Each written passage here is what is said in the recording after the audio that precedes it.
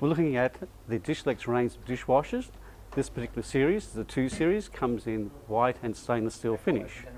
Now, as you see, the controls at the top here, going from left to right, on and off button, and then you've got 5 different settings on here, from pots and pans wash, normal, quick wash, that's about 30 minutes, going through a rinse and a normal regular cycle. All your lights here light up and let you know which program you're actually running at the time. Let's have a quick look inside.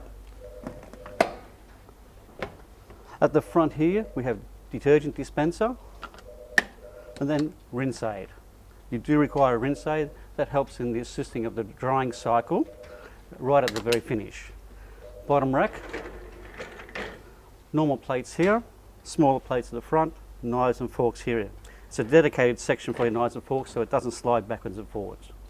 On the upper rack, again plates here, cups, saucers, all here. Double racking at the top if you want to put plates or extra cups up the top.